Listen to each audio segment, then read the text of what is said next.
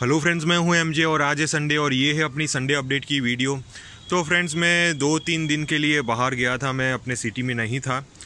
तो ये 3 दिन में मेरे गार्डन में थोड़े बहुत चेंजेस हुए हैं जो मैं आज आपके साथ शेयर करने वाला हूं। तो मैंने अपने भैया को बोल के गया था कि थोड़ी वाटरिंग वगैरह कर लेना, क्योंकि उनको भी एक्सपीरियंस है मेरे साथ रह के गार्डनिंग का। लेकिन थोड़ी दिक्कतें हो गई है फिर भी, क्योंकि जब भी गार्डन में से मैं बाहर जाता हूँ तो कोई ना कोई प्रॉब्लम तो ज़रूर होता है, और वो भी मुझे पता ही रहता है कि कुछ ना कुछ प्रॉब्लम आने वाला है। लेकिन फिर भी जो भी प्रॉब्लम आते हैं फ्रेंड्स, हमें उसको रिकवर करना है अपने हिसाब से। तो बस मैं आज आपके साथ वही सारी चीज़ें अपडेट करूँगा कि कौन कौन से चेंजेस क्या क्या हुआ है। तो सबसे पहले तो फ्रेंड्स, मैं अपने रोज़ प्लांट की बात कर लेता हूँ, क्योंकि 2 दिन के लिए मैं बाहर गया था, फ्राइडे और सैटरडे 2 दिन के लिए। और 1 दिन के गैप में मुझे वाटरिंग करनी थी, क्योंकि थर्सडे दोपहर तक मैंने प्लांट के अंदर वाटरिंग कर दी थी, शाम के 4-5 बजे के आसपास। तो फ्राइडे के दिन मुझे वाटरिंग नहीं करनी थी, सैटरडे के दिन वाटरिंग करनी थी। लेकिन मेरे भैया की थोड़ी तबीयत ख़राब हो गई थी, जिसकी वजह से वो वाटरिंग नहीं की उन्होंने प्लांट के अंदर। और बहुत सारे मेरे प्लांट की मिट्टी थोड़ी ड्राई हो गई थी, मेरे रोज़ प्लांट्स की मिट्टी भी हल्की सी ड्राई हो गई थी, हल्की सी मतलब समझ लीजिए 50% जितनी मिट्टी ड्राई हो गई थी। लेकिन फिर भी प्लांट को इतना नुकसान नहीं हुआ। अगर 1-2 दिन आप प्लांट के अंदर वाटरिंग नहीं करेंगे तो आपकी ये रोज़ प्लांट के अंदर इतनी ज़्यादा नुकसानी नहीं होगी। थोड़ी बहुत आपके लीव्स येलो होने आपको दिख जाएंगे, लेकिन बाद में फिर से आप वाटरिंग रेगुलर करना स्टार्ट कर लेंगे तो बाद में आपका प्लांट फिर से रिकवर करना स्टार्ट कर देगा, फिर से ग्रो करना स्टार्ट कर देगा। तो आज का तो ये जो हमारा रोज़ डिपार्टमेंट है वो तो सही है, उसमें कोई भी दिक्कत नहीं है। और बहुत सारे फ्लावर्स खिले भी हुए हैं, क्योंकि बीच में बंदरों ने प्लांट को ख़राब कर दिया था। और ये देखिए कितना बड़ा फ्लावर खिला हुआ है, बहुत ही खूबसूरत फ्लावर यहाँ पे खिला हुआ है। यहाँ पे फ्लावर्स है, यहाँ पे फ्लावर्स है, पीछे है। और यहाँ पे हमारे कश्मीरी रोज़ के फ्लावर्स बहुत सारे आ रहे हैं, ये देखिए यहाँ पे भी।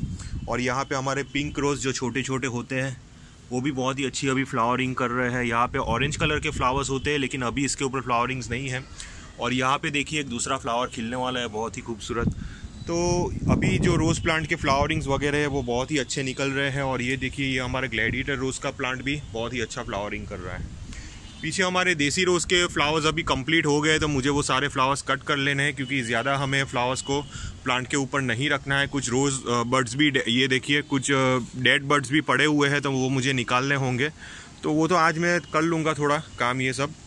और जो प्रॉब्लम हुई है वो मैं आपको बताऊंगा, लेकिन अभी आगे आपको वीडियो में बताऊंगा। लेकिन सबसे पहले मैं आपको कनेर का बारे में बता देता हूँ। ये देखिए ये कनेर की ब्लूम्स देखिए कितनी बढ़िया निकल के आ रही है। पिंक कलर के कनेर के फ्लावर्स है, बहुत ही बढ़िया खिल रहे हैं।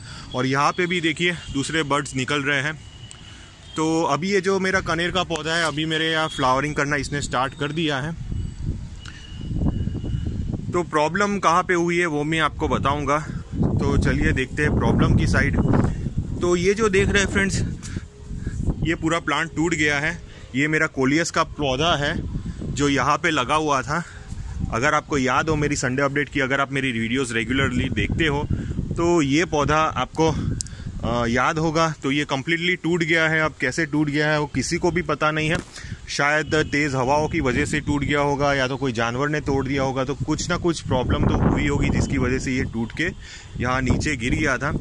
तो इसमें दिक्कत वाली बात तो कोई नहीं है फ्रेंड्स, क्योंकि दूसरा एक कोलियस का पौधा अंदर से ग्रो हो रहा है। और यहाँ पे देखिए उसकी ब्रांच भी शायद हेल्दी है, तो उसके अंदर से दूसरी नई ब्रांचेस तो निकल जाएगी। लेकिन अब ये जो ब्रांच टूट गई है तो मैं इसको वेस्ट नहीं जाने दूंगा। इसकी सारी कटिंग्स को कट करके मैं वही ग्रो बैग के अंदर डाल दूंगा, ताकि वहाँ से ही वो फिर से निकल जाए। तो कोलियस से तो बहुत ही ईजीली ग्रो हो जाते हैं कटिंग से। अब दूसरी दिक्कत मैं आपको बता रहा हूँ फ्रेंड्स कि क्या हुई है। ये हमारे जो विंटर प्लांट्स थे वो टोटली ड्राई हो गए थे, यानी कि टोटली डाउन हो गए थे, क्योंकि 2 दिन से कंटिन्यूस इसके अंदर वाटरिंग नहीं गई थी। अब इसको डेली वाटरिंग की ज़रूरत होती है। तो मैंने लास्ट ये लगभग गुरुवार को मैंने शाम को 4 बजे इसके अंदर वाटरिंग कर दी थी। तो दूसरे दिन शुक्रवार को यहाँ पे 4 बजे तक इसको वाटरिंग पहुँचानी पड़ती है, लेकिन वो नहीं गई। सैटरडे के दिन पूरे दिन इसके अंदर वाटरिंग नहीं की, जिसकी वजह से ये देखिए मेरे पेंटास भी थोड़े ड्राई से हो गए हैं। ये मेरे डालिया फिर से ड्राई हो गए, क्योंकि एक बार मैंने भी इसके अंदर वाटरिंग करना मैं भूल गया था। बाद में इसके लीव्स ड्राई हो गए थे। अभी पेंटास भी टोटली ख़राब हो रहे हैं। और ये देखिए ये हमारा बालसम तो पूरे मर से गए हैं। तो कंटिन्यूस 2 दिन वाटरिंग नहीं जाने की वजह से ये मेरे बालसम ख़राब हो गए। जबकि हमारी ये जो क्रिसेंथेमम है वो थोड़े सर्वाइव कर गए, इसकी भी मिट्टी टोटली ड्राई हो गई थी। लेकिन ये जो प्लांट है ये मेरा थोड़ा सर्वाइव कर गया। और ये हमारे जीनिया है, जीनिया भी थोड़ा सर्वाइव कर गया। और यहाँ पे हमारे क्रिसेंथेमम, इसके भी लीव्स सारे झुके हुए थे, लेकिन ये भी सर्वाइव कर गया और ये भी अच्छी ग्रोथ कर लेगा अभी, क्योंकि इसके ऊपर बहुत सारे न्यू फ्लावरिंग बड्स भी अभी निकल रहे हैं। और ये जो हमारा क्रिसेंथेमम है ये भी ग्रो बैग में था, इसलिए ग्रो बैग के अंदर फ़ायदा यही रहता है फ्रेंड्स कि इसके अंदर मॉइस्चर इंटैक्ट रहता है। अगर आप 1-2 दिन इसके अंदर वाटरिंग भी नहीं करेंगे ग्रो बैग के अंदर, फिर भी इसके अंदर पानी थोड़ा जमा रहता है, जिसकी वजह से प्लांट को मॉइस्चर मिलता रहता है। और यहाँ पे मेरे ये एक जो मैरीगोल्ड का प्लांट है वो टोटली ड्राई सा हो गया है, ये देखिए, क्योंकि इसकी जो मिट्टी थी वो बहुत ही ज़्यादा ड्राई हो गई थी, तो ये प्लांट थोड़ा ड्राई सा हो गया है। बाकी सब मेरे मैरीगोल्ड्स अभी सही है, उसमें कोई दिक्कत नहीं आ रही। और यहाँ पे हमारे पेटूनिया, ये देखिए, ये टोटली ड्राई हो गया है, तो इसको भी पानी नहीं जाने की वजह से ये थोड़ा ख़राब हो गया है। यहाँ पे ये जो प्लांट है पेटूनिया का वो सही है, तो शायद ये जो एरिया है वो ज़्यादा ड्राई हो गया होगा और यहाँ पे अंदर थोड़ा हल्का सा मॉइस्चर मौजूद था, जिसकी वजह से अभी ये प्लांट अच्छा है। तो ये थोड़ी दिक्कतें हो गई है, तो ये सारी प्रॉब्लम्स आती रहती है फ्रेंड्स, तो हमें ये सारी प्रॉब्लम्स को फेस करना है। और चलिए हमारे जो दूसरे प्लांट्स है वो हम देख लेते हैं। वैसे हमारे दूसरे प्लांट्स की कंडीशन अच्छी है, क्योंकि ये जितने भी मेरे इंडोर प्लांट्स हैं फ्रेंड्स वो सारे मैंने ग्रो बैग्स के अंदर डाले हैं, जिसकी वजह से इसको अगर 1-2 दिन वाटरिंग भी नहीं करेंगे तो भी ये प्लांट आराम से आपका टिक जाएगा, कोई भी दिक्कत नहीं आएगी। और दूसरे प्लांट्स तो अभी नॉर्मल है, कोई ज़्यादा प्रॉब्लम नहीं हुई है इसके अंदर। और एक दूसरी चीज़ मैं आज आपको बताने वाला हूँ फ्रेंड्स, जैसे कि हमने वेस्ट डिकम्पोजर डाल के काउडंग लिक्विड बनाया था, तो मैं आपको बता देता हूँ फ्रेंड्स कि देखिए कितना ये जो काउडंग लिक्विड है वो हमारा मेल्ट हो गया है, सारे काउडंग के टुकड़े मेल्ट हो गए हैं, बहुत ही लेस वेस्टेज इसके अंदर बचा हुआ है। तो जैसे कि देख रहे हैं फ्रेंड्स, बहुत ही कम वेस्टेज इसके अंदर बचा हुआ है। जो पहले जो मैं काउडंग लिक्विड बनाता था उसके अंदर बहुत सारा वेस्टेज बचा रहता था। तो ये सारी ये जितने भी काउडंग के टुकड़े मेल्ट हुए हैं वो डिकम्पोजर की वजह से हुए हैं, वेस्ट डिकम्पोजर की वजह से, जिसकी वजह से इसके जितने भी बड़े बड़े टुकड़े थे वो सारे मेल्ट हो गए हैं और डिकम्पोज हो गए। तो ये मैं लिक्विड 2 बार यूज़ कर चुका हूँ, जब से मैंने बनाया है तब से, उसके बाद मैंने 2 बार यूज़ कर लिया है। अब फिर से मैं तीसरी बार या तो 1-2 बार मैं और यूज़ कर लूँगा, बाद में फिर से मैं नए काउडंग के टुकड़े डालूंगा और बाद में फिर से मैं ये लिक्विड को प्रिपेयर करूँगा। अब फ्रेंड्स ये जो वेस्ट डिकम्पोजर है मैं फिर से इसके अंदर नहीं डालने वाला, नया वेस्ट डिकम्पोजर में नहीं डालने वाला, क्योंकि ये जो लिक्विड है फ्रेंड्स इसके अंदर ऑलरेडी वेस्ट डिकम्पोजर के माइक्रोब्स मौजूद हैं। तो हमें डायरेक्ट इसके अंदर ही फिर से पानी भर देना है ऊपर तक। अगर आपको काउडंग के टुकड़े डालने हैं तो आप काउडंग केक्स डाल दीजिए, 8 से 10 काउडंग केक्स डाल दीजिए, बाद में पूरा लिक्विड इसके अंदर भर दीजिए, बाद में आप इसके अंदर थोड़ा सा गुड़ डाल दीजिए, ताकि फिर से जितने भी वेस्ट डिकम्पोजर के माइक्रोब्स है वो फिर से जल्दी जल्दी मल्टीप्लाई होते जाएंगे और जो काउडंग के केक्स है उसको बाद में 1 हफ्ते के बाद फिर से वो डिकम्पोज कर देंगे।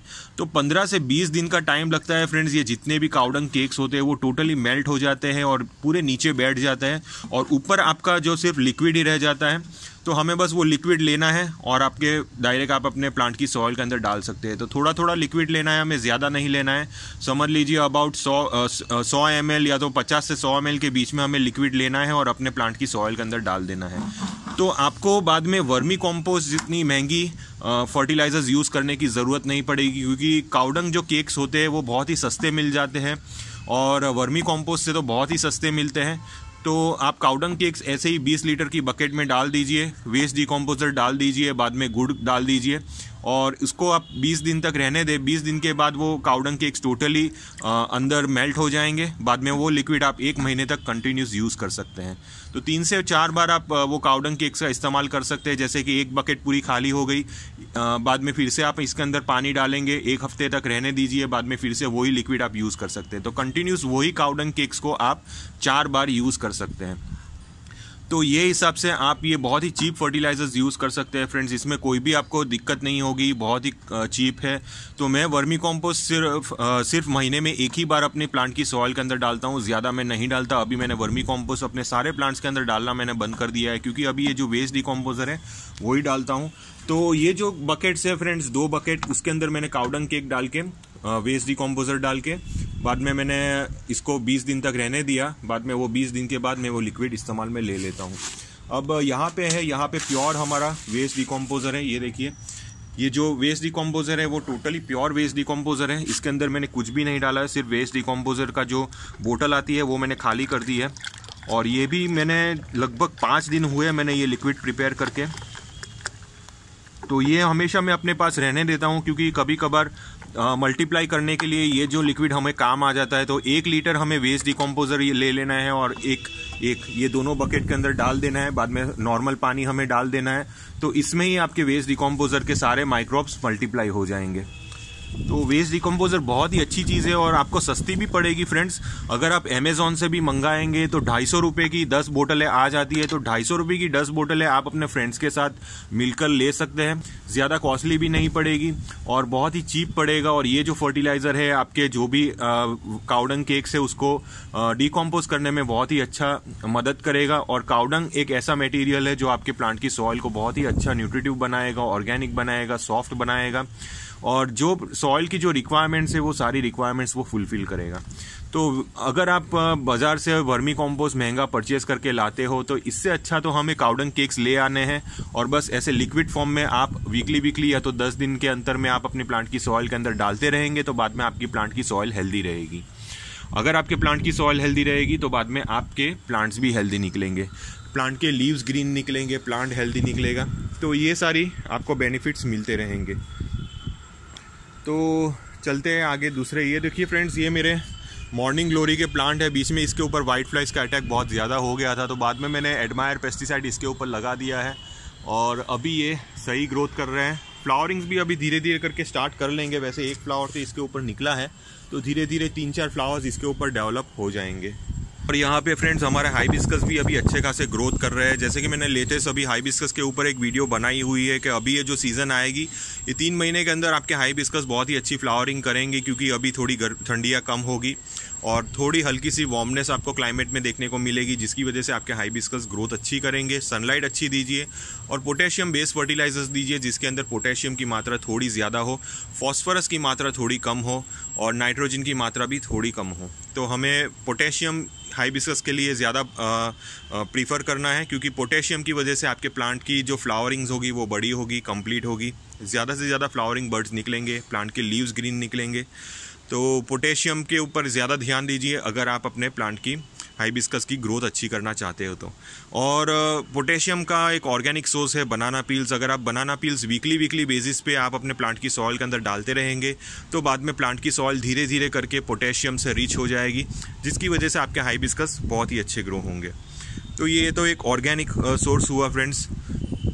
तो फ्रेंड्स अब ये जितने भी प्लांट मेरे अभी डैमेज हुए हैं, तो मैं सोच रहा हूँ कि ये पेंटास नया ले आऊँ और डालिया ले आऊँ, क्योंकि अभी ये सीज़न चली जाएगी तो बाद में ये प्लांट को मैं एंजॉय नहीं कर पाऊँगा, क्योंकि अभी तक मेरे डालिया ने फ्लावरिंग नहीं की, क्योंकि मैंने डालिया को बहुत ज़्यादा टॉर्चर कर दिया है और पेंटास को भी बहुत ज़्यादा टॉर्चर कर दिया है, इसलिए शायद ये फ्लावरिंग अभी नहीं देंगे। तो देखते हैं, मैं शायद नया प्लांट लेके आ जाऊँगा 1-2 दिन के अंदर ही। और ग्रीन नेट में लाने वाला हूँ फ्रेंड्स। ग्रीन नेट लाऊंगा तो आपके साथ ज़रूर अपडेट करूंगा कि किस हिसाब से मैंने ग्रीन नेट परचेस की है। और ये जो मेरे कॉक्सकॉम के प्लांट है, इसके ऊपर मैंने सारी प्रूनिंग कर दी है। प्रूनिंग करने के बाद इसके ऊपर छोटे छोटे न्यू लीव्स अभी जनरेट हो गए हैं। इसके अंदर भी 2 दिन कंटिन्यूस वाटरिंग नहीं गई थी, जिसकी वजह से इसके भी लीव्स थोड़े डाउन हो गए थे, लेकिन कोई ज़्यादा प्रॉब्लम नहीं हुई है, क्योंकि अभी क्लाइमेट थोड़ा ठंडा है। अगर गर्मियों की सीज़न में हम वाटरिंग ऐसे 2 दिन तक नहीं करेंगे तो बाद में हमारे प्लांट्स को बहुत ही ज़्यादा दिक्कत हो सकती है। और हम यहाँ पे चलते ही ये हमारे एडेनियम को देख लेते हैं। तो अभी तक इसके सीड स्पॉट्स कोई भी फटा हुआ नहीं है, तो मैं सोच रहा था कि 2 दिन के अंदर अगर इसके सीड स्पॉट फट गए तो बाद में सारे सीड्स मेरे वेस्टेज हो जाएंगे, लेकिन अभी सही चल रहा है, कोई दिक्कत नहीं है। तो सीड स्पॉट जैसे ही इसके थोड़े से ऊपर से क्रैक होना स्टार्ट हो जाएंगे तो बाद में एक बैग में इसके ऊपर लपेट दूंगा, ताकि सारे सीड्स अंदर ही कलेक्ट हो जाए। यहाँ पे देखिए दूसरे नए 2 सीड स्पॉट जनरेट हो रहे हैं। तो अभी बहुत सारे सीड्स मेरे ये एडेनियम दे रहा है, तो जितने भी सीड्स देगा मैं ज़्यादा से ज़्यादा इसके सीड्स कलेक्ट करता रहूँगा। तो फ्रेंड्स ये है मेरी छोटी सी संडे अपडेट की वीडियो। ज़्यादा इस बार कुछ खास नहीं है, जैसा कि आप सभी मेरे प्लांट्स को जानते हैं, तो ज़्यादा मैंने आज आपको ज़्यादा दिखाया नहीं है, लेकिन जो भी चेंजेस हुए हैं तो वो मैंने आपको बताया है। लेकिन फिर भी अगर आपको किसी भी टाइप का कन्फ्यूजन हो तो आप मुझे कमेंट बॉक्स में पूछ सकते हैं, मैं आपको रिप्लाई दूंगा। अभी फ्रेंड्स 2-3 दिन तक मैं आपको रिप्लाई नहीं दे पाया था क्योंकि बहुत ही बिजी चल रहा था ये 2 दिन, इसीलिए मैं आपको रिप्लाई नहीं दे पाया। अभी आज संडे है तो मैं आप आराम से बैठ के आप सभी के कमेंट्स के रिप्लाई कर दूंगा। और आज आप मेरी ये संडे अपडेट की वीडियो भी देख लीजिए। अगर आपको रोज़ से रिलेटेड कोई भी प्रॉब्लम हो तो आप मुझे कमेंट बॉक्स में पूछिए, आज मैं आपको रिप्लाई दूंगा। फिर भी अगर आपको किसी भी टाइप का कन्फ्यूजन हो प्लांट से रिलेटेड, जब आपको लगे कि आपका प्लांट ठीक तरीके से ग्रो नहीं होता, ये सब कोई भी प्रॉब्लम हो, तो आप मुझे इंस्टाग्राम पे फॉलो करिए। आप अपने फ़ोटोज़ या तो वीडियोज़ इंस्टाग्राम पे भेज सकते हैं। मेरा इंस्टाग्राम पे लिंक है @LG_with_MJ। फिर भी अगर आपको किसी भी टाइप का कन्फ्यूजन हो तो आप मुझे इंस्टाग्राम पे भी पूछ सकते हैं, मैं आपको रिप्लाई दूंगा। टिल देन के लिए थैंक यू फ्रेंड्स।